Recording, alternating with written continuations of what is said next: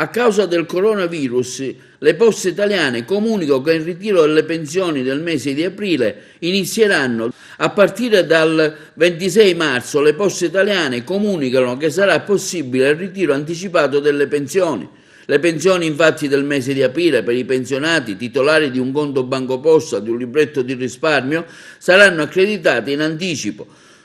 Se invece non si può evitare di ritirare la pensione in contanti in un ufficio postale, sarà necessario presentarsi agli uffici postali secondo la seguente ripartizione. Il 26 marzo, giovedì, si pagheranno le pensioni